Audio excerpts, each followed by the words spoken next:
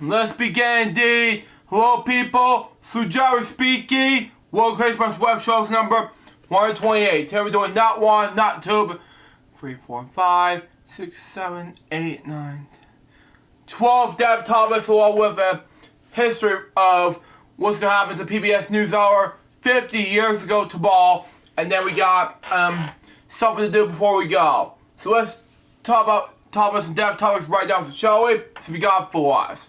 So let's anyways, move on. Let's talk about Sam Rivers. Born Samuel Robert Rivers. He was an American musician. He was a bassist and backing vocalist of a new metal band named Limp Bizkit, something like that. And that was one of the founding members. Born September 2nd, 1957, Jacksonville, Florida. His musical career actually first started when Ferry Awards, with him playing the tuba in the band in Argent Middle School, something like that. Anyways, he got into music industry because of John Otto, who played jazz-style drums. Wow. Many said that Otto was a cousin of Rivers. Wow. During the documentary that was recorded, the band recorded a second album. Rivers admitted that they immediately thought they were cousins, but realized their parents are related. Wow. He attended the Bishop Kennedy High School. He played guitar at first, but later switched to bass, suggesting his music teacher. Wow. His career began with this. Limp Bizkit, he first met Fred Durst while working at Chick-fil-A in the Mall of Jacksonville, Florida. The two started talking and found their sharing several interests, including skateboarding and music. They decided to get together for a jam session. Rivers would become an accomplished bass guitarist. Durst would be a vocalist. Wow. Together they, with several other people, they formed a short-lived band called Mongoose Sage. Rivers sounded on guitar, with later comes to playing Limp Bizkit's River Results May Berry album. The only album was featured old-time guitarist Wes Borland, something like that. With Rivers played both guitar and bass on select songs such as Creamer and Rolling World. When the band did not work out, the two decided to try again. This time with Otto came in the picture, something like that, to be a drummer at the suggestion of Rivers. In 1994, the three formed Limp Bizkit, something like that. Later on, Borland took in the fold, as well as DJ Levo. And in 1996, right. Then Rivers was the youngest member of the band. When their first album, $3 Bill Y'all, was released, he was 19 years old. In 2015, Rivers reportedly left Limp Bizkit following the diagnosis with Darr's disease, like that. However, Rivers revealed in 2020 his departure from Limp Bizkit was due to liver disease caused by fluid drinking. Excuse me. Rivers supposedly received a liver transplant. In Malaysia, wide bass duties were covered by Samuel Maguire and Joshua Aguas. Excuse me. He was voted best bass player in the 2000 Gibson Awards. His early work goes like this, okay? After Limp Bizkit went on hiatus, Rivers went on producer for local bands in Jacksonville. He played the debuts of albums by Burn Season and the Embrace. Most recently, Rivers had been producing a radio bass band in Eberline.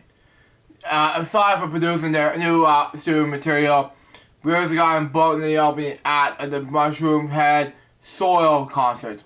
He was part of the Christian Oil, Worlds, and Commercial projects, but dropped out due to scheduling. In early 2009, Rivers united with Limp Bizkit tours and recorded 2 more albums with the band Gold Cobra in 2011 and Still Sucks in 2021. Rivers posed another project with Burn Season, vocalist Damon and Starkley, the band called Sleep Killers, along with Adam Littef and soloist vocalist Bobby Amaro, who was also a fellow member of the drummer for Bird Season. Okay? They released their self-titled debut album in March 2019. This equipment, okay? Rivers originally endorsed by Banners. It's one of the bases for the customized BTB 5-string. But they used custom-made wall-weight bases with LED and the freeboard boards like that. Since 2019, Rivers will use their 5-string Banner jazz bases live with the whip bases for that. Rivers was all been seen using wall bases since 2005. Made in the studio and using MPEG and wall rig amps.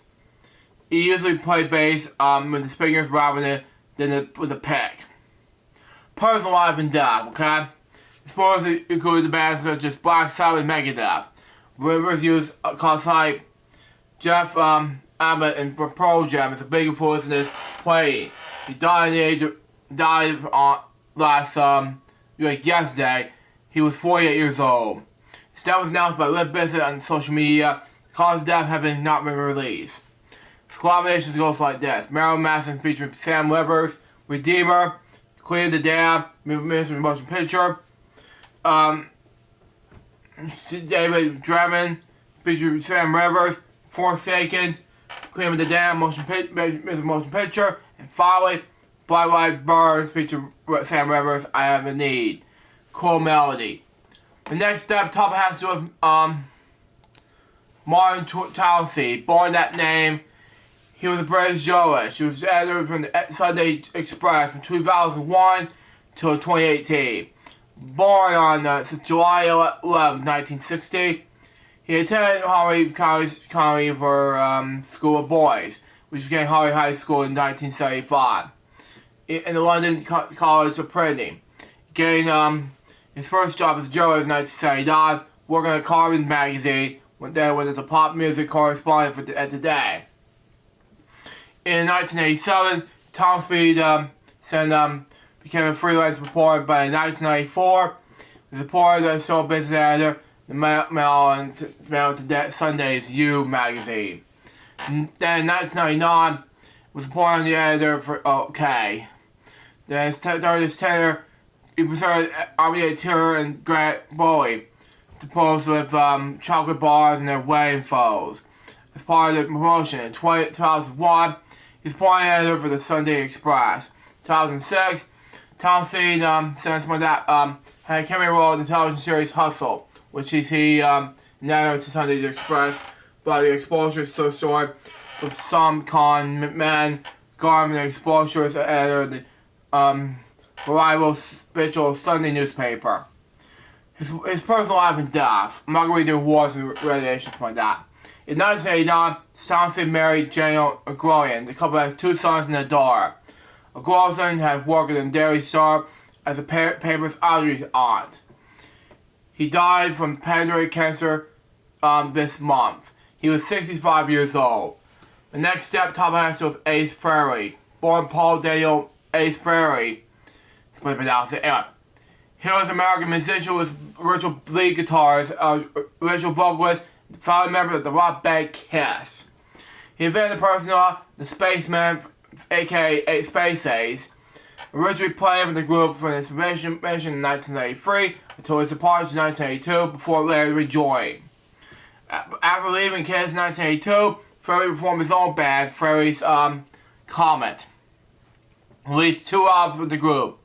His eventually remarked his solo career was put on hold when he rejoined Kiss in 1996 for a reunion tour.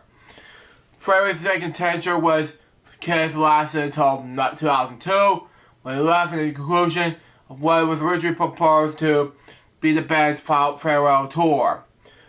Wow. Frehley's solo releases were commercially unsuccessful, something like that, with his 1978 debut solo album, studio album, something like that, anyway. Eventually playing for success with that. his most recent solo studio album, 10,000 Volts, was released in 2024. He died on October 16th, 2025, after commissioning the file in his home studio. He was 74 years old.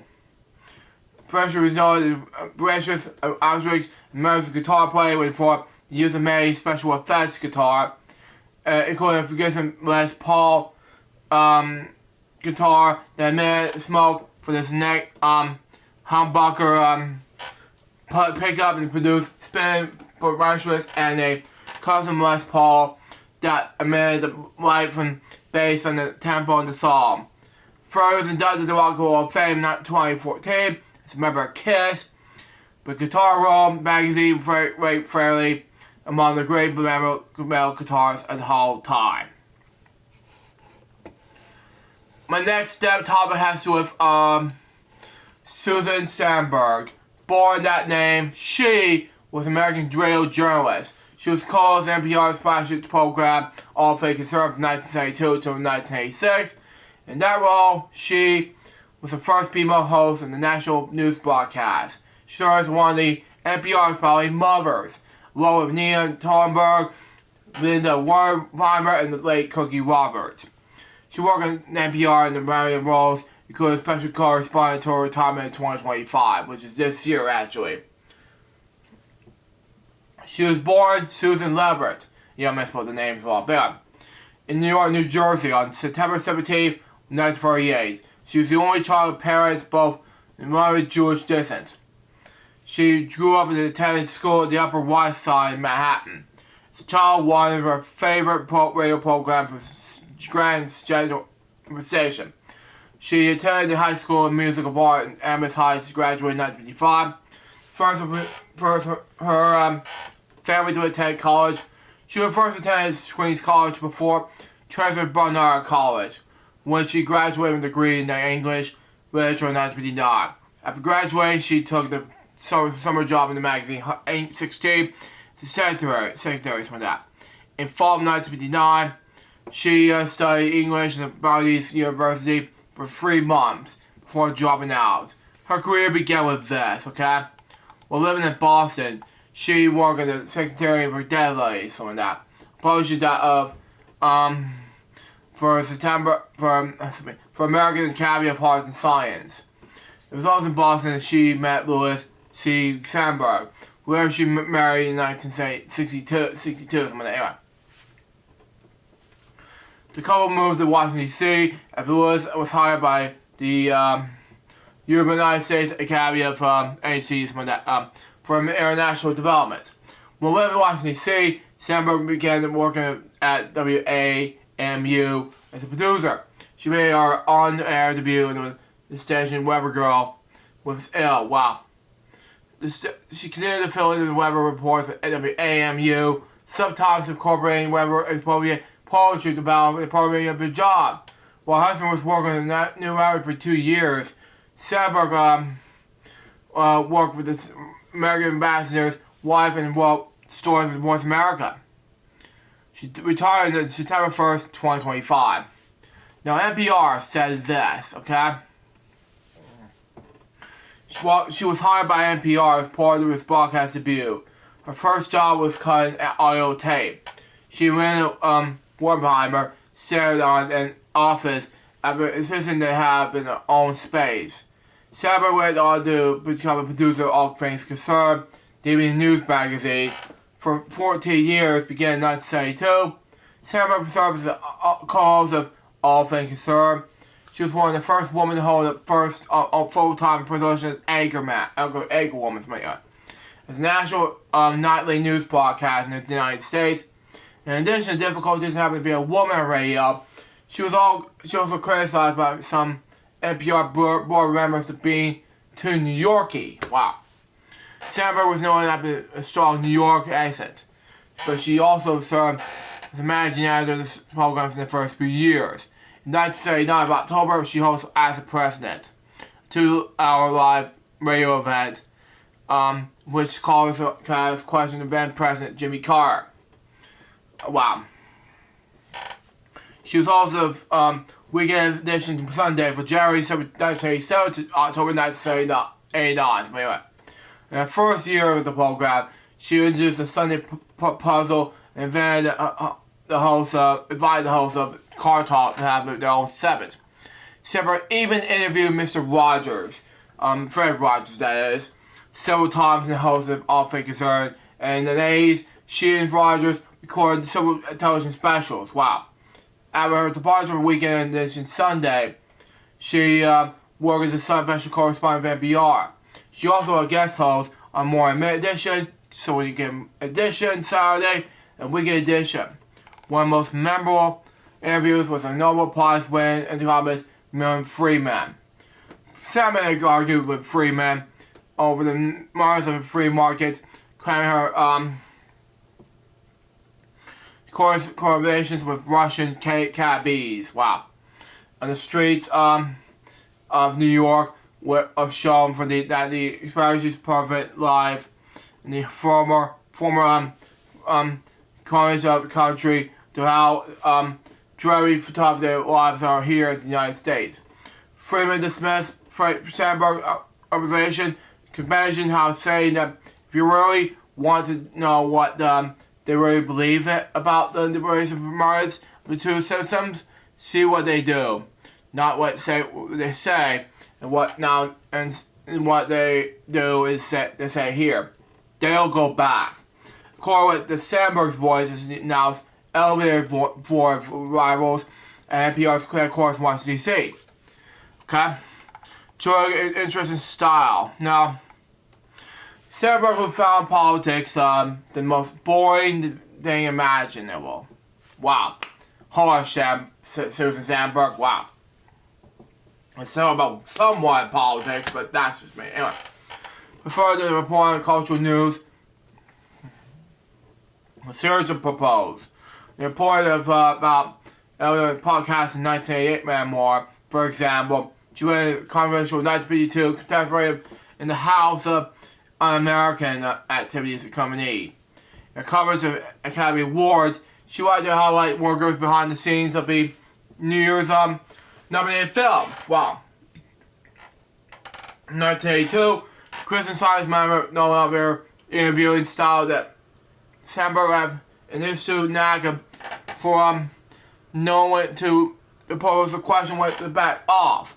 She also said herself that I always want people to feel that I'm someone who's respected them, who will do the right by them, who is not there to exploit them. I know, like all the bulldog stuff, racial interviews, so I don't do them.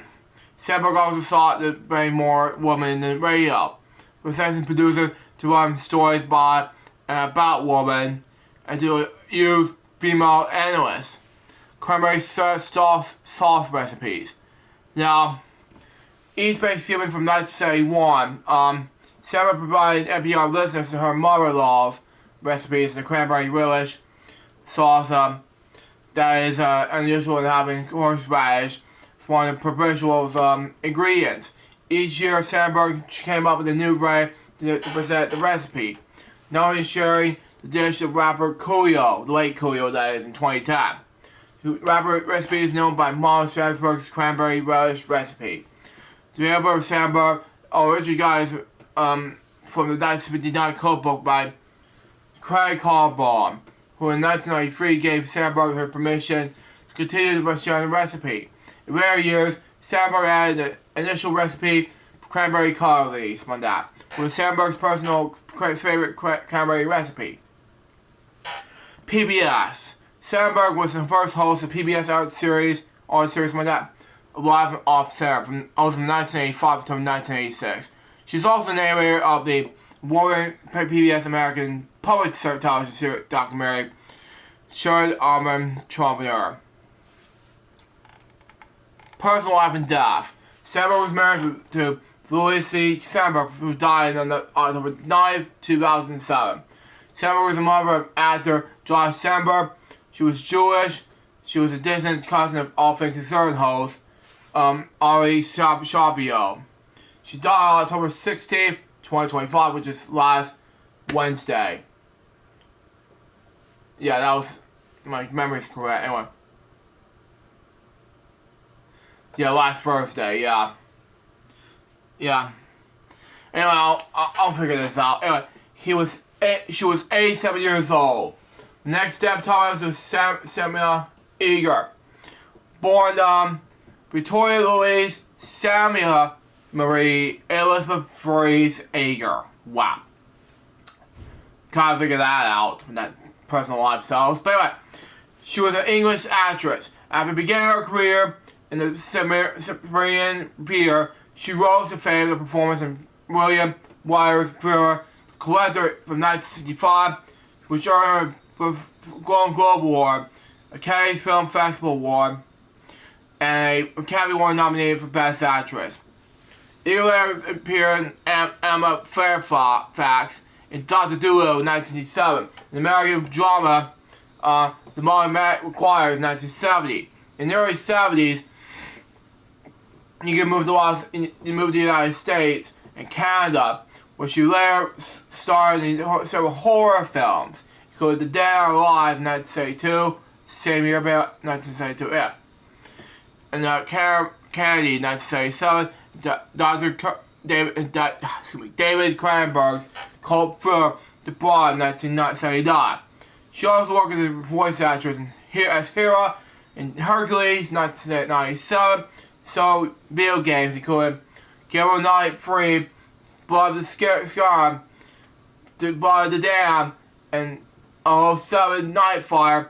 Her television work included roles in Fantasy Island, Current Party, and Charlotte Devane, So About All My Children in 2000. She was born Victoria Louise Samuel Marie Edgar Torres Eager. Wow. On March 5th, 1949, in Hampstead, London, England. To Ralph Alfred James Eager, brother in the British Army, and Moral Augur Parish's former. Wow, that's a long name. There's several long names I can think of.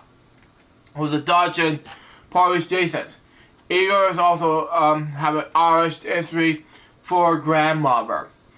The actuals have fought the two triplets and the given names of the initial of each of their parents, first lovers. So after her birth, the family moved to Royal Bloodwell, Buckinghamshire, England, during World War II, which she spent her childhood. Eager was brought up in the Roman Catholic and education at St. Mary's Providence Convent in Woking, Surrey. Reflecting her time in the convent school, Eager said the nuns didn't have too much success with me. I always had a violent temper. In fact, I almost killed one of the nuns. At age 16, she began to go by the name Samantha. Wow. While Eager progressed in acting at a young age, she observed against a career in theater by her parents. She was offered a scholarship to the Royal Academy of Dramatic Arts, but instead studied fashion for 2 years at the National School of Art. A career studies that she enrolled at the Robert Douglas Academy of Dramatic Arts in London. Her career began with this. Eager began her acting in several careers in the several Shakespearean companies. Normally playing Tia in 1952, but excuse me. Anyway, production of A Midsummer Night's Dream, directed by Tony Richardson.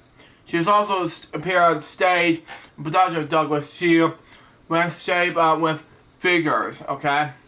Which she was known as by a talent shot.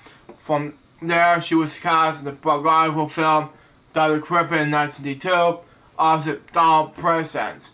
Her second film was in 1962, same year, with The Wild of Willie. In the same year, she appeared on stage again as Olivia, production of Twelfth Night by George Devane. In 1963, she played the re-role of Curry Avery's in Marcia, a second season episode of A Saint. Her appearance in the same year did not appear in television for 10 years. Instead, focused on television and feature films. In 1965, she eager appeared in the thriller Collector, directed by William Wyler. Playing a kidnapped victim, she received a nomination for the Academy Award for Best Actress and a Golden Globe Award for performance. She also award for Best Actress at the Cannes Film Festival in 1996 on the role of Maria the Collector. Edgar said this: my biggest relationship in the set was with William Wyler. The tension on the set was real, and the tension wasn't there. If I wasn't, if the day excuse, partially what he wanted. Well, Willie just poured cold water over me. Wow. Fall year, she starred in the comedy What Don't Run in 1986, with Cary Grant, his last motion picture before he died. And Jim Hutton, okay? Not Jim Hutton from Freddie Mercury's Lover, but somebody else named Jim Hutton. Let me see. It was that Jim Hutton, not died in 1939. That makes more sense, but that's just me. But let's move on. Okay. Followed by rerole is Emma Fairfax from that Richard Fletcher's musical adaptation of Dr. Dolittle. She was like laden with roles in Guess Who's Coming to Dinner, Goodbye Mr. Chips, but did not appear in either one of those. She also appeared in The Walking Stick, a scholarship thriller by Eric Till, which she co-starred with David Hemmings and Molly McGuire in 1970. A social drama directed by Margaret, where she starred with Sean Connery and Richard Harris. And the last of The Edge of the World in 1971, adventure movie with a novel by Jules Verne, where she starred on the screen with Kirk Douglas and Yul Brynner. She also played the main character on Lady in the Car with Glasses and the Gun in 1970. A film based on the book by French novelist Sébastien Joubert. The last film directed by Anatole Lovix, like that.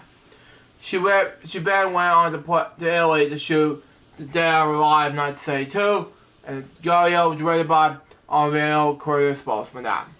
Both she co-starred with Yul Brynner television series and The King in 1972, same year, 1972. But she did not make it another television guest appearance until 1973, but she starred in the episode The Cardboard House, the romantic mystery series Love Story. That same year, she played Phyllis Dar Richardson in the television remake of the 1994 film Double Immunity. Moved to the United States in 1993. She moved to the United States, settled in Los Angeles, appearing first on television, guest starring in episodes of Scotch and Hodge, from that, Heart to Heart, and Columbia. There were Pierre Falk and Fyodor Baiko in the episode The Bob by Sky High I Took Q Murder Case. She would go on to star in a number of horror films, including Name for Evil in the same year, 1973, and Domino Messenger of Death in 1981. During this period, Eager was also appeared in two British-Canadian co-productions, Walking the Blood Sea, and the reality thriller directed by Peter Sassy, something like that, where she plays opposite Jack Palance and Kira Joyce with that. And now Candy, the horror movie directed by Dennis Arax. Eager was also a Canadian movie, Why Shoot the Teacher. Anyway, Why Shoot the Teacher, but a dramatic comedy film in Alberta, Canada. And by Rosario, something that pronounced it, sorry. That went on to the most successful Canadian movie of that year. It's also another Canadian movie that was becoming one of Samantha's best-known films. David Cronenberg called sci-fi film The Broad in 1979. In 1980, she filmed the Canadian slasher film Curtains, released in 1983. She wanted to appear as Maggie, I pronounce it, Carberetta. In the British film years, the pilot of the drama Conquest was replaced by Susan Savoyen when the series went on production. She also appeared twice as Love Bug. First charming ship's captain, Morris Selby, played by Kevin McGraw, when I pronounce it, sorry. And fortune teller Mary Louise Murphy, March 2nd, 1979, and Funny Valentine episode.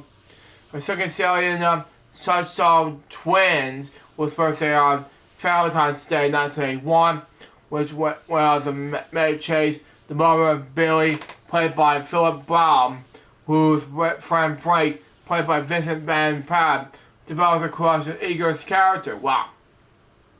She appeared in the drama Doghouse in 1992, followed by a superhero film Phantom in 1996. And in 1997, she provided the voice of Hera in Disney's animation film Hercules.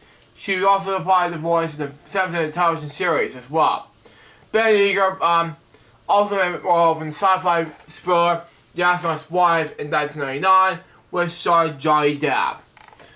Eager also appeared as the wife of Captain John Rose Pritchard's brother Robert on the television series Star Trek The Next Generation, and Sarah Templeton as the wife of Speaker of the House Nathan Templeton, Donald, played by Donald Sterling, the short-lived television series Commander-in-Chief, which starred Gia Davis. And in 2000, she had a brief run in Charlotte's Devane in the American soap opera All My Children. And in 2003, she appeared in the first series of Cold Chase. And in episode 14, The Boy in the Box, as Susan's sister Vivian. Anyway. In 2009, she played the mother of Jack and Becky Collier in season 1, episode 11, Life in the Sand, of the Fox television series Mental. Personal life and death. In 1964, she married actor Tom Stern, and the couple had 2 children. Film producer Nicholas Stern and actress Gina Stern. Eager Stern divorced in 1971. In the early 1970s, Eager had an affair with her Walking Stick co-star David Heavens. Eager held dual British and American citizenship. She resided in Los Angeles, where she died in her home in Sherman Oaks, California. She was on October 15th, 2025. She was 86 years old. The next step talks about D'Angelo, born Michael Eugene Archer, bears the stage name D'Angelo. He was an American singer, songwriter, musician, and record producer. Widely arranged as pioneer in the new soul movement. Billboard named him one of the greatest R&B artists, while Rolling Stone magazine named him one of the 200 greatest singers of all time. In 2025, he was inducted in the National Rhythm and Blues Hall of Fame. First gained attention after co-writing and co-producing the 1994 single You Will Know by the R&B supergroup Black Men United.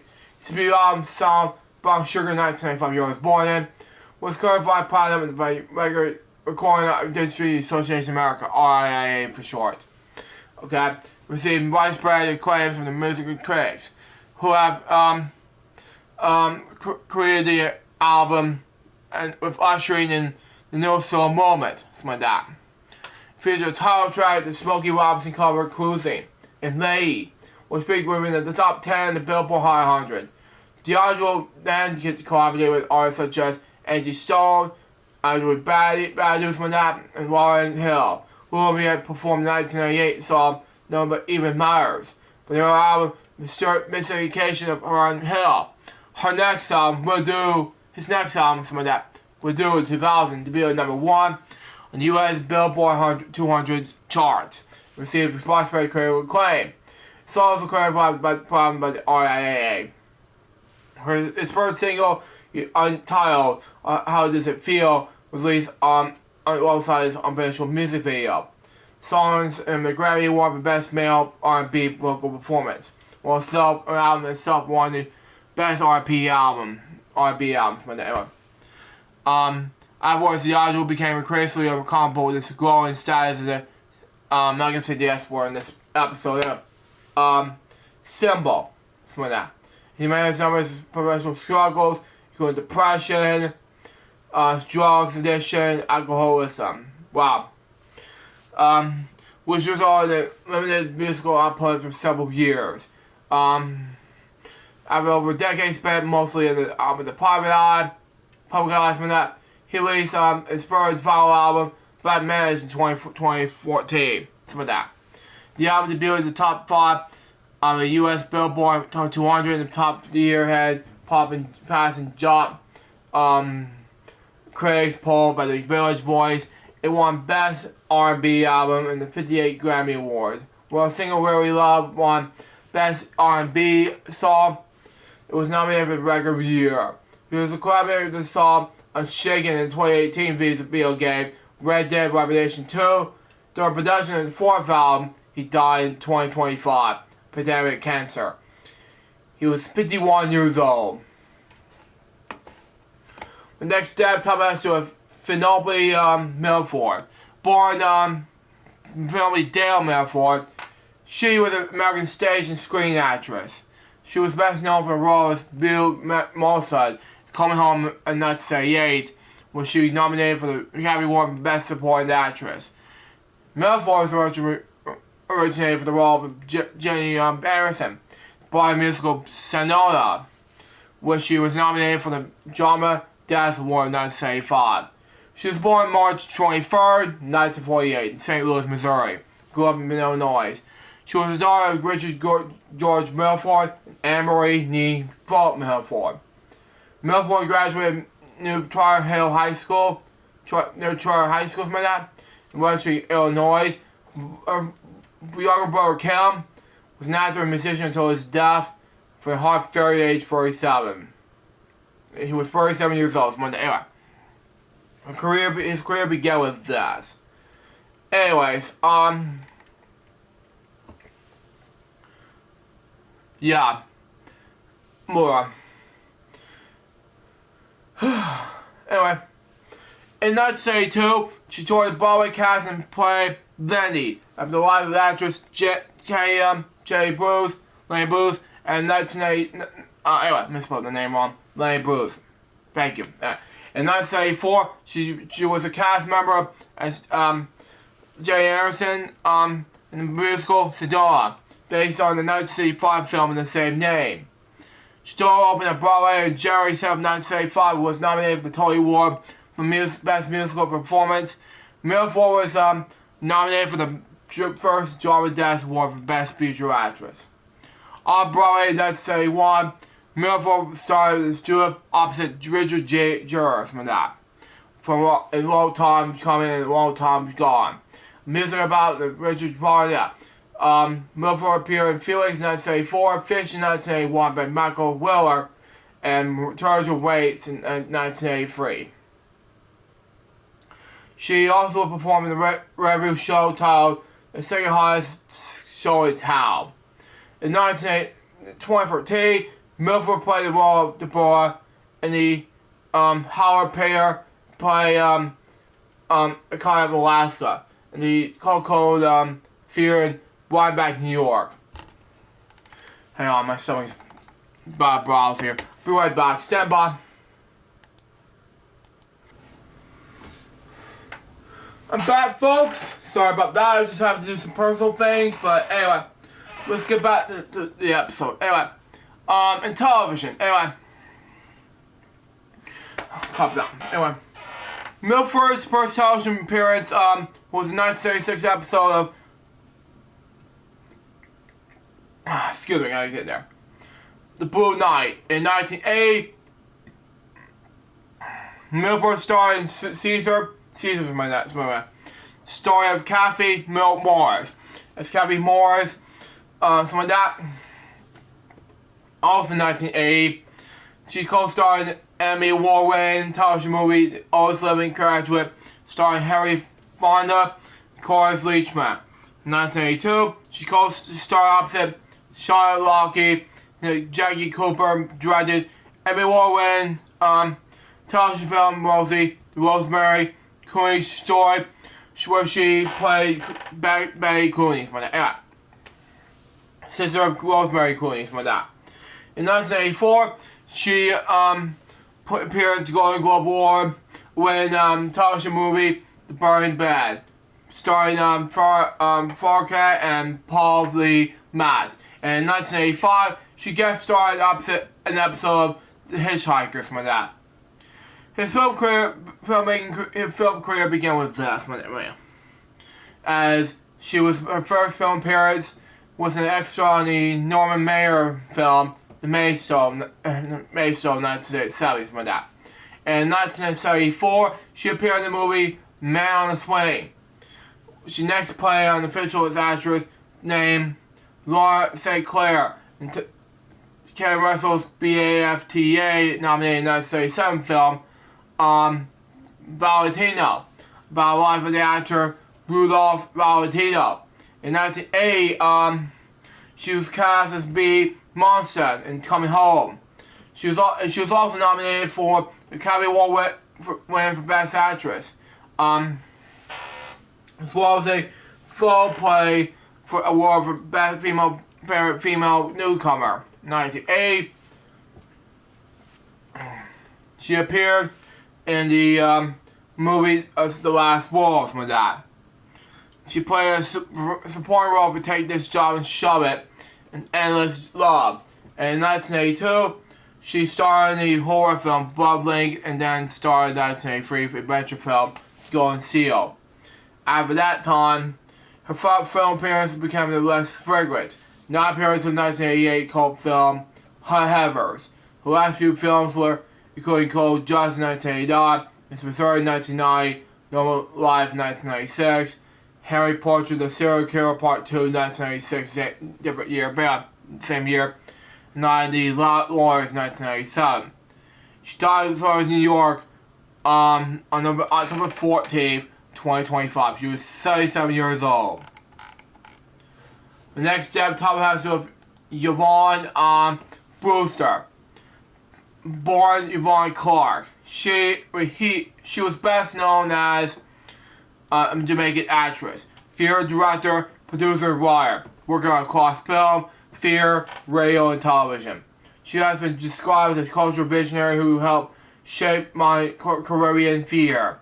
In 1956, she went to England to study drama as well as part of college with that. The UK's first black woman drama student. Returned to Jamaica in 1965. She co-founded with Trevor Raw, Jamaica's first professional theater company, The Barn, before returning in the early 1970s for the UK, where she co-founded the Twilight Theater Company, the first production of which was The Black Jamaicans by C.L.R. James. Burns also directed the other international productions, among them 90 Mars in New York, The Importance of Being Earnest in Iran, and The Lover in Florence, Italy. In 1993, Burns was appointed officer or the British Empire, or OBE for short. She was received other honors, including the Women's Achievement Award from the Arts Culture of Great Britain, as well as being elected a fellow in the Royal Society of the Arts and the Central School of the Speech Drama. Born in Jamaica on October 7, 1938, to the upper middle class family. She said she was inspired to become an actress at the age of 16, where her father took her to the Lord Theater, which is a French play called Hero's Cause, played by John Paul Sarris, my dad. And then it was Maya Chen, who I thought looked just like me. She was fantastic. I looked at this woman and I said, "Hey Daddy, I want to be like her." In 1956, Rosa went to the UK to study drama at Rosebery College, where she was the UK's first black drama woman drama Stewart, being told on the first day that she was unlikely to find political work in Britain, and also attended the Royal Academy of Music, receiving a drama mime. Wow. She's a purple Marshall, something like that. Her career began with this. Brewster returned to makeup and teach drama in 1965. She co-founded with Trevor Rome, the Bard in Kingston, to make his first professional theater company. Brewster, knowing that the aim of the theater was to promote work that was worldwide, serious and principled, and something like that. Upon her return to England in the early 1970s, she worked initially in film, radio, and television, and directed some stage productions. Among them, The Harder They Come, Smile Orange, and Marshall Affair on the BBC television play Mayberry, The Fight Against Slavery, and My Father, Son Johnson. Between 1984 and 1982 that's fine. Between 1982 and 1984, Brewster was drama officer of the Arts Scholarship in Great Britain. In 1985, she co-founded Twice Theatre Company with Mark Almond, Carmen Moreau, and Ingo Abash, something like that. We're using funding from the Greater London Cultural, then led by Ken Livingstone. In 2021, she said in those days there was a lot of black theater companies, but nobody was getting any money. But the work was actually very expendable, and they're very good in many cases like that. Anyway, but it was really fringe. Wow. Okay, it makes sense anyway. But I'm not going to fasten on the edge of the fringes, something like that. Misspoke anyway. If you call me a fringe, that means I'm stopping you cut off. Wow. You're not going to fringe me. I agree. Brewster was Twilight's artist director until 2003. Directed Twilight's first production of CLR's James play, the Black James, something like that, in 1986 at the Riverside studio with Norman Beaton, something like that. Principal role Twilight, your word told us when everybody else's name, sorry. It's a her, I don't know. Let's see if it's a her. It was a he, I don't know why. Okay, we spoke. Anyway, the play has not been performed in England for 50 years. Wow. It was never been an all-black cast. After another landmark became in 1991 when Brewster directed first all-black production, William Shakespeare's Anthony Correa, starring Don Crow and Jeffrey Kirsten. Okay? In 1996, she created the Zebra Crossing 1 season of a young Vic directing Soul B. Rivers to Rabbit. Sorry, R-A-H-D-I-D. Excuse me. 1998, she produced the Zebra Crossing 2 season of Lyric Studio Hammersmith. Not Lyric Studios, from the Barney who produced it at the time, no Lions School. But anyway, Lyric Studio Hammersmith. But anyway, give it for Hammersmith the opportunity to promotion. Excuse me. Give it for opportunity to explosion with Black British talent. Wow. From 2000 to 2001, she portrayed Liv Hart in the BBC television soap opera Doctors. Her character of nurse departed from the series expectantly after Brewster suffered a heart illness in real life. Wow. She was a co-founder and trustee of the Alfred Fagin Award for new plays of Black British playwrights, naming honor poet and playwright Alfred Fagin, born in 1947 until his death in 1986. Anyway, Brewster was also a patron of the Quadbagger feet serve traditional nation, something like that. Her rise began with this. In 2004, Brewster published her memoirs titled The Undertaker's Daughter, called for life of the fear director, published by Audition Books. Her rise made notable contributions in the history of the Black Fear. She initially made 5 collections of plays, including Black Plays, 1987, published by Magic Publishing, Barry Record, For the Record, published by Awkward Books in 2010, and Mixon Company, Free Jamaican Plays, published by Audition Books in 2012. In 2018, P. Powell Tree Press published a book, Voluntary Admission, Jamaica's Barn Fear from 1966 until 2005. Personal life and death. I'm not going to go into wars and British again, but anyway. She married after returning to England from Jamaica in 1971. She and her husband retired to live in Florence, Italy. She featured on BBC's Radio 4's Desert Island Disc in 2005, where chosen books was a primary Italian. A favorite track was Many Rivers and Cross by Jimmy Cliff, and her luxury item was Olive. She died on October 12, 2025, 1 week after her 87th birthday. My next step topic has to Tony Chalmer. Born Anthony Patrick Chalmer, he was an English actor, best known for the roles of Jack Shepherd, but that in Yorkshire television sitcom Queenies on the Castle from 1970 to 1972. DCI's Jeb Logan in the first 3 series of Juliet Bravo from 1980 to 1982, and Roy Evans in EastEnders from 1994 to 2003. He was born on September 22nd, 1947 in Southern England. Second son of Annie Murray and Roy Albert Chalmer. He attended Worthing and Westcliff High School, something like that. He had an older brother, Roger. He began an acting career in the 1960s, okay? He had numerous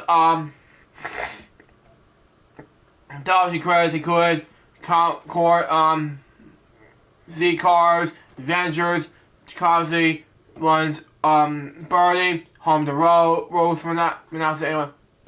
The Saint, Special Branch, The Champions, Dixon, Doc, Green, Cat Whistle, from that, The Main Chance, from that, Professionals, Sweeney, Minor, Pace from Heaven, West Branch, Beach, from that, I pronounce it, sorry, Howard's Way, Lovejoy, May to December, Boone, Heartbeat, Julia Bravo, and the Scarlet Promenade. Carlo played Titanic's chief officer, Harry Wild, in SOS Titanic.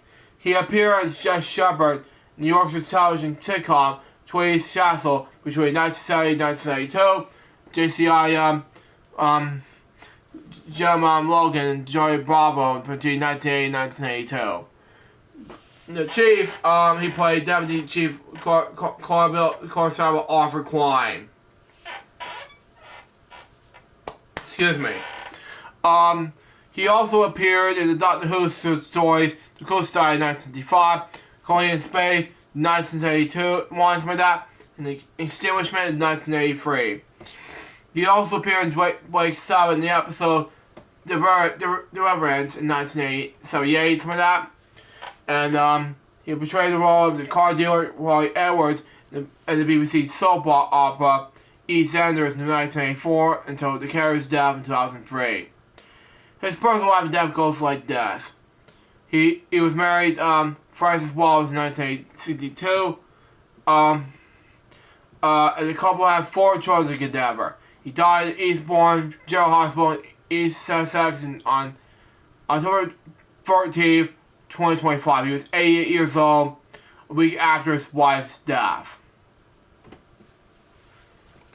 The next step topic has to do with Drew Strawson. Born that name, He was an American artist, illustrator, and cover designer, something like that. He was known for his more than 150 film movie posters, which was included the Star Wars Redemption, Blade Runner, E.T. the Extraterrestrial, as well as in films in Indiana Jones, Back to the Future, Harry Potter, and Star Wars film series. He also painted album covers, collectibles, and book covers. Strauss was known for brushing one-sheet techniques, something like that, when designing film posters. He began using the process early in his career when he designed posters of B movies. The techniques was well received by such film directors such as Steven Spielberg and George Lucas, both professional collaborators. During his career, he was awarded the Saturn Award in 2002, the Inkpot Award in 2010. He received several Lifetime Achievement honors, such as 2014 Soul Bays Award and 2016 Struggle Award for Lifetime Achievement for the Comic Arts Professional Society, CAPS for short, inducted the Exciting Illustrators Hall of Fame 2020. Born Howard Drew Zagowski in Oregon City Hall, Oregon, on March 18th, 1947. In 1965, at age 18, he enrolled in Art Series College of Design then West Los Angeles, something like that. During his college years, Sorensen thought about his interest and was told his career options would be either fine art and illustration.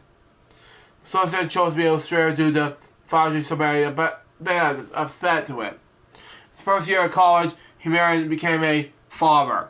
So Samuel worked his way to the school by selling his artwork and accepting small commissions. He graduated in 5 years, earned a bachelor's of art degree with honors, and he also completed 2 years of graduate studies. His early career began with this. After graduating from college, Sorensen remained in Los Angeles and a trip and employment agency, found a job at Staff Artist in Pacific Island Ear, a design studio. He said he decided to become an illustrator instead of a fine artist. I was poor and hungry. An illustration was the shortest path the size of bread. And it's compared to the Jerry showing. I have never been as a child. I was drawing with toilet paper and pencils. Wow. There was only paper around. Probably why I loved drawing so much today. It was because it's just all the time I had at the time. He began to design album covers under the direction of Ernie Caulfield. The rest of the creative offsets 12 from that size of record packaging for him. Over the next 5 years, he would create album covers or artwork for the long-time musical artists, including Tony Orlando and Dawn, the Beach Boys, Bee Gees, Roy Orbison, Black Sabbath, which I have seen Black Sabbath so many years, which I have. Okay, makes sense. Glenn Miller, our Butterfly, Bach, our Wind and Fire, and Lebanon's. He also illustrated a t-shirt that George Carlin wears, the front and the back cover in the 1974 album, Charles Window Box. Above these, he was illustrated the album cover artwork of Alice Cooper's 1975 album, Welcome My Nightmare, which Rolling Stone will go on about one of the 100 classic album covers. Okay? Despite being a born demands his talents, however, Schwartz was only earning some of that this one I haven't said only many times in this that type of rap. Earning $150 to $250 per album cover. Wow. 1970s, 1980s, brushing one sheet. He was hired by pencil publishers. A company that would be started by Bill Pate. Wow. Long-time well-known art director, famous for his one-sheet designs for American and International Pictures. Wow. It was during this time he would be mentioned and learned of the distance one-sheet style. He would adopt it as one and first became professional when the use of airbrush. Wow. And would be later designed as a master of the tool. His first film poster was started to appear in 1975. Although in the early days, he was mainly doing the artwork for pencil pushers, B movies, such as Empire the Ants, for the gods, and Storms for that. In 1977, Florida's George Charles White III, well known for his old airbrush promise, has been hired by Jerry Weisner, Vice President of Advisor of the 20th Century Fox, to create poster design for the 1978 release of Star Wars.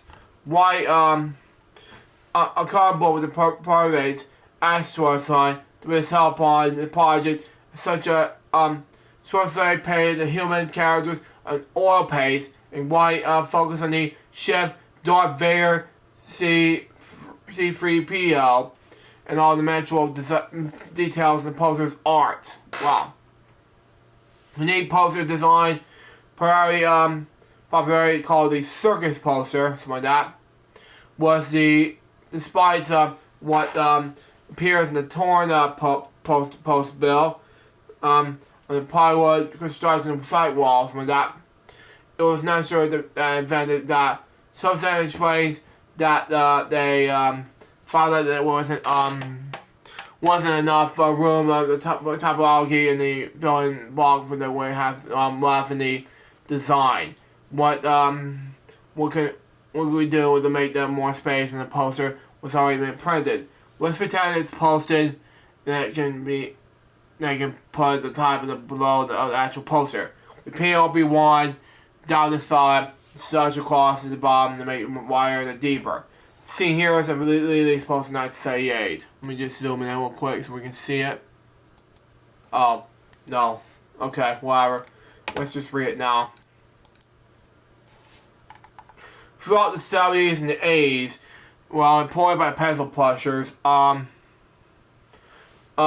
he helped them produce posters for such films such as Seven Poor Set Solution, Brainwire, The Thing, the Cannonball Run, the Pencil Academy series, Back in the Future, Indiana Jones and Temple of Doom, Indiana Jones and the Last Crusade, E.T. the Extraterrestrial, The Muppet Movie, Coming to America, First Blood, Risky Business, DC Cab, Sugar Ace, That Is Not Included, Barbie, anyway, joking, anyway.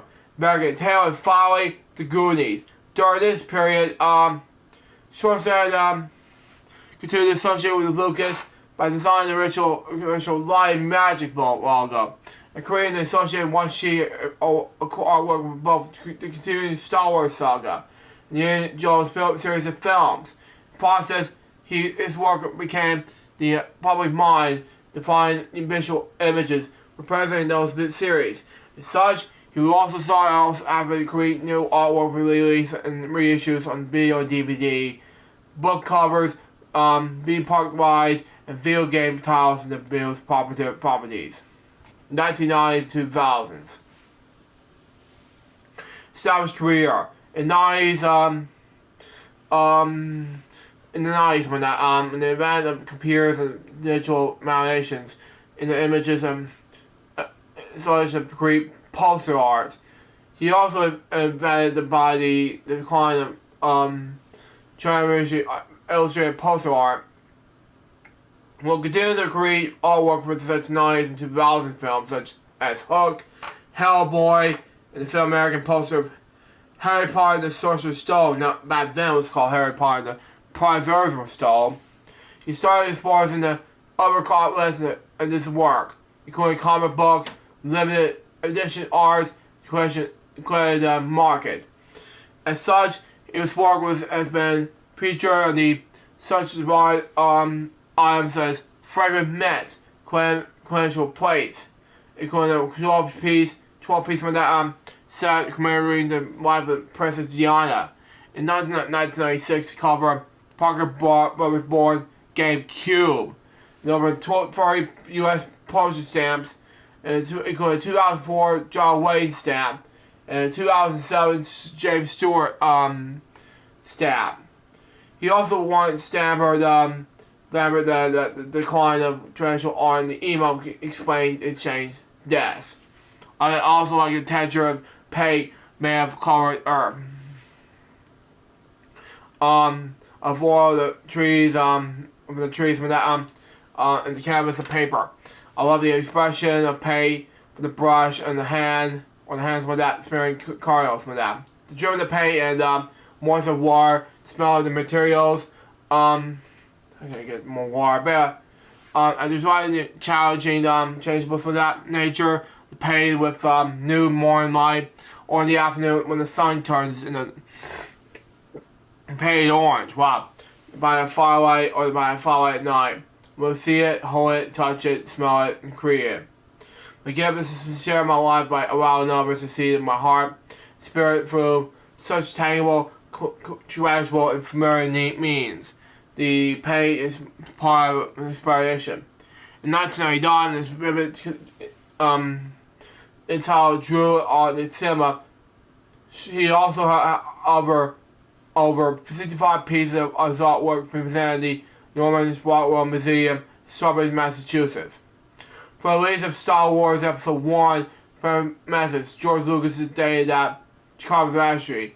Shaman's poster was the only art of the first distributors he could use. Other than that text, it cannot modify in any way. Director Frank Dramadot reported based on the lead character Jamie Drayman from the myth of Strawman. The film includes a nod to Stephen King's Dark Tower series, with Drayman seen page in the image based on the books in the opening scene. The artwork was created by Strawman himself. Anyways, whose work can appear in the form of posters for films such as The Shawshank Redemption and The Green Mile. 2008, he also collaborated with his art director, son, Kristen, created the official poster of the 80th Academy Award. Wow. And that was, what's the year it came out?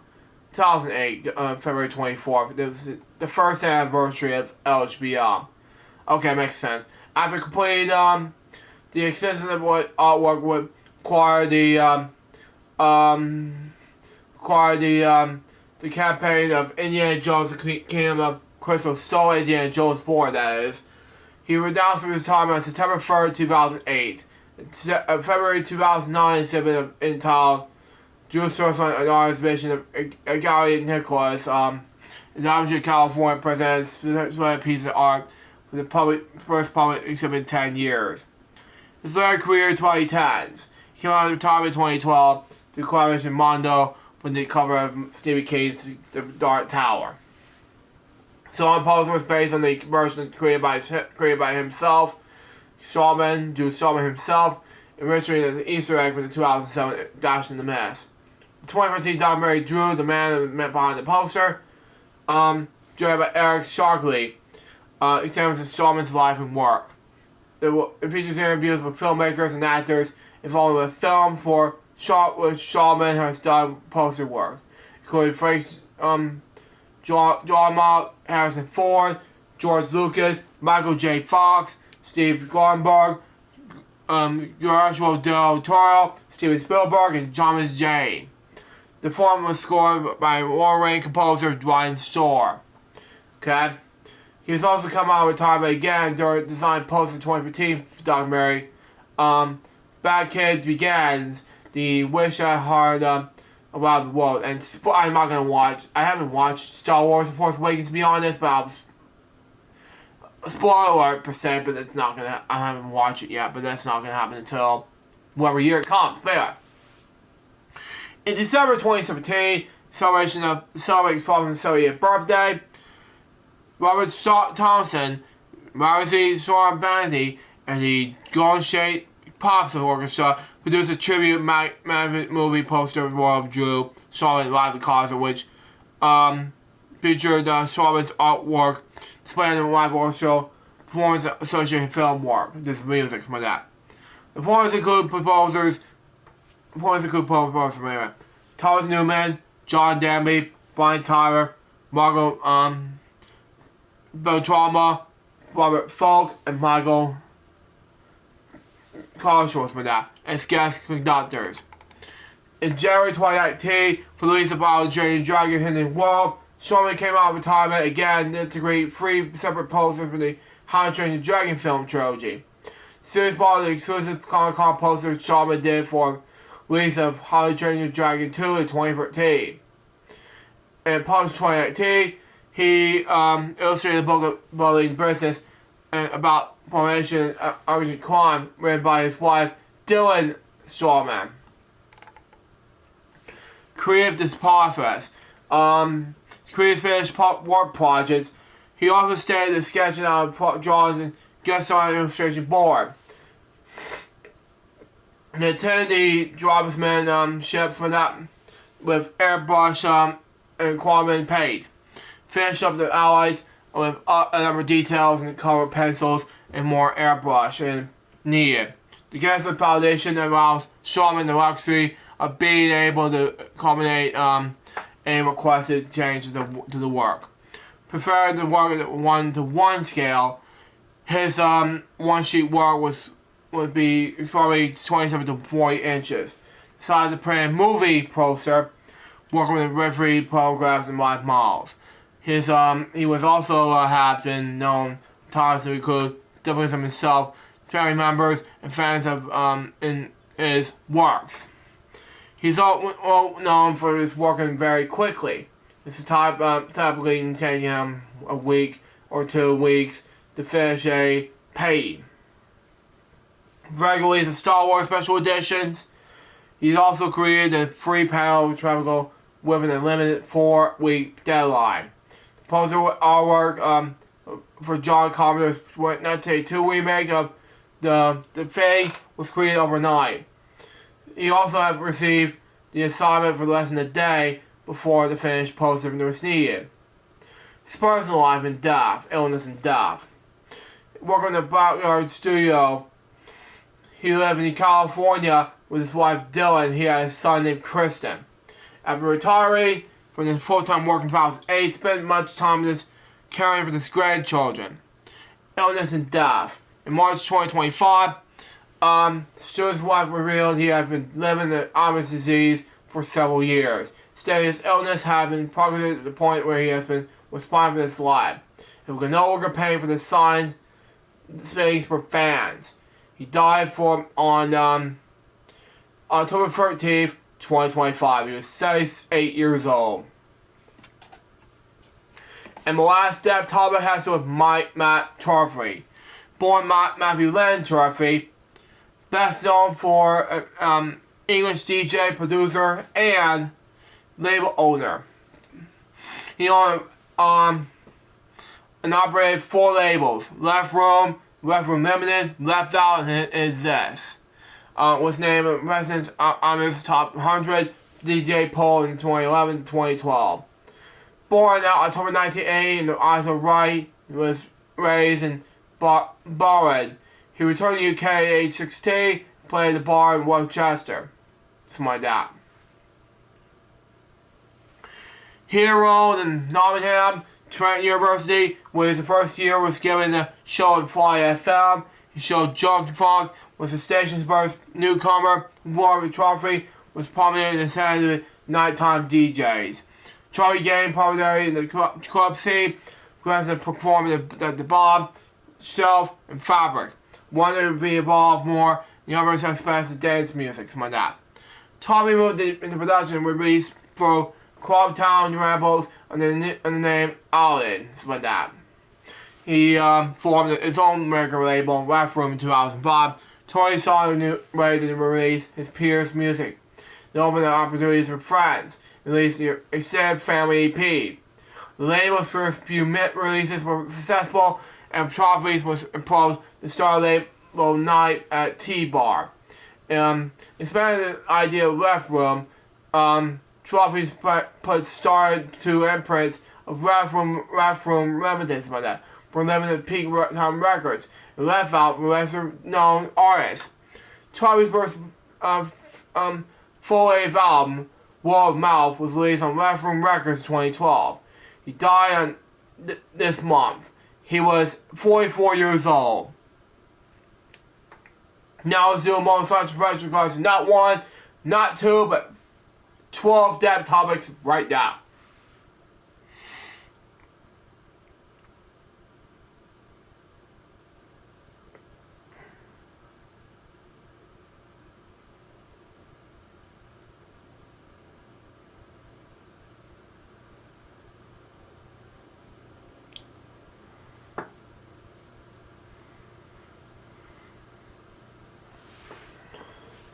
Thank you. Rest in peace, 12 people. Now, let's talk about one more thing. Well, actually, two more things real quick. The first is PBS NewsHour. Now, I was going to do news for today, but I thought, nah, this week, but nah, I'll wait till next week. But anyway, PBS NewsHour, okay? It's going to be celebrating its 50th anniversary tomorrow. Because, currently anchored by Jeff Ben Almodovar, okay? And it was created, and PBS News Weekends been currently anchored by John Yang. Originally created by two of the most inspirations of mine, Robert McNeil and Jim Lehrer. They're best known for the daily evening television news program broadcast for over 350 PBS member stations since October 20th, 1975. It aired 7 nights a week, originally 5 nights a week per se, but it was 7 nights a week now. It was known for its depth coverage of issues and current events of the week, of the day. The broadcast aired for PBS and member of the station WETA TV in Washington, D.C. Originates from the studios, factories in Arlington, Virginia. Since 2019, news updates started in the weekday broadcast targeted the viewers in the western United States online, and late at night has been anchored by 70s side, originating from the Walker Cronkite Studios and Mass Combination in Arizona State University. Initial production factories for the program are based in San Francisco and Denver. The program is a collaboration between WTA and PBS member station WNET in New York City, alongside KQED in San Francisco, California, KTEC in Los Angeles, Minnesota, something like that. WTTUW in Chicago, Illinois. The program debuted in 1975 as the Rob McNeil Report before renaming it as McNeil-Lehrer Report 1 year later. It was anchored by one of my inspirations, Rob McNeil from WNET Studios, and Jim Lehrer from WNETA Studios. In 1983, the show rebranded as McNeil-Lehrer NewsHour. Then the NewsHour of Jim Lehrer, from McNeil's departure in 1995. It was renamed as the PBS NewsHour, titled in 2009, 2 years before Lehrer's departure in 2011. Originally, the program only aired on weekdays before weekend editions began in 2013. Production of the weekend broadcast was solely produced by WNET before the New York City station transferred the PBS NewsHour involvement to WETA in April 2022. The weekend editions were originally executive produced by Sarah Joss, who is a senior executive producer and senior vice president at the time. And the weekend editions were now executive produced by Max McLean, if I pronounce it, sorry. So, and the other thing too, originally directed by Joe Camp, the one, he's now retired, but is now directed by somebody else. And it is Sean Patrick, the weekday editions. And then the weekend edition directed by Chip Harzel. So, that was your question anyway. So, and the ownership of this news hour was in September 1981. Production of the program was taken over by McNeil-Lehrer Productions, a partnership between Robert McNeil, Jim Lehrer, and John Janet. The Lehrer showed the stakes in the production company in 1986. Johnny Ramone's Liberty Media sold by the 1967% controlling equity stake of McNeil-Lehrer Productions in 1994. McNeil-Lehrer retained actual control. In 2014, McNeil-Lehrer Productions, owned by McNeil-Lehrer and Liberty Media, announced its donation as NewsHour Productions, LLC, to WETA TV, a non-profit society. Now, under this contract, unfortunately to say this, folks, the Corporation for Public Broadcasting these days, for the first time in 4 years, over 4 years, was not among the sponsors of the show. Not Bennett, not Miles and Bennett, was not message address the absence at the end of the night's edition program. Sadly, I think that PBS NewsHour was, well, I don't know. It's just more of the things I grew up with since the beginning of my childhood. Was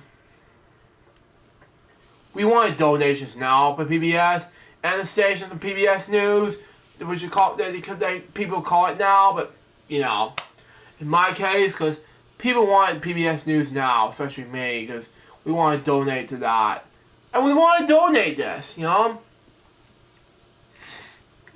Because that made more sense, because I wanted this to happen. And you should all do this too, because we want to do this, you know. It makes more sense to anybody, because, and thing is too, 2013, Gwen Ifill and Julie Woodruff are co-anchors at the time, co-managing editors back then. And in 2016, Gwen Ifill passed away. And in 2017, she was a sole anchor until 2022, December 30th.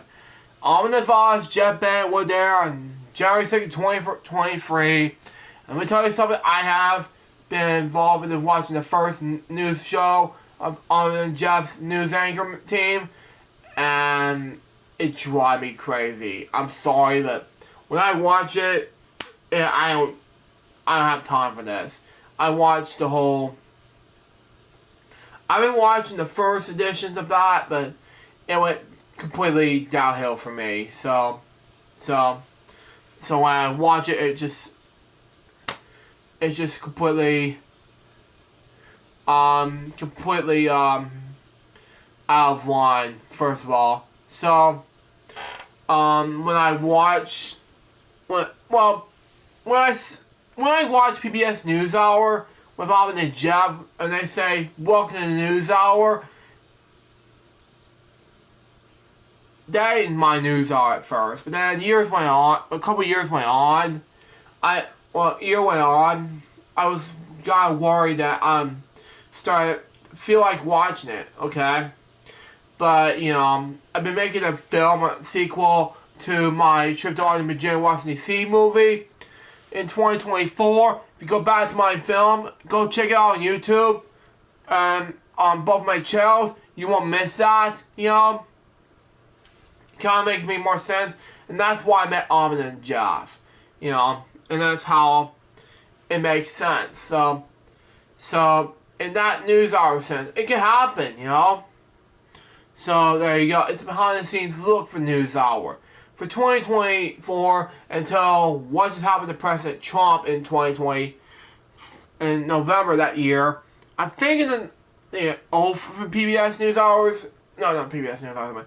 For President Trump to do this in the White House, it's just made me have a flaw right there. So yeah. But anyway, I'm thinking pennies are.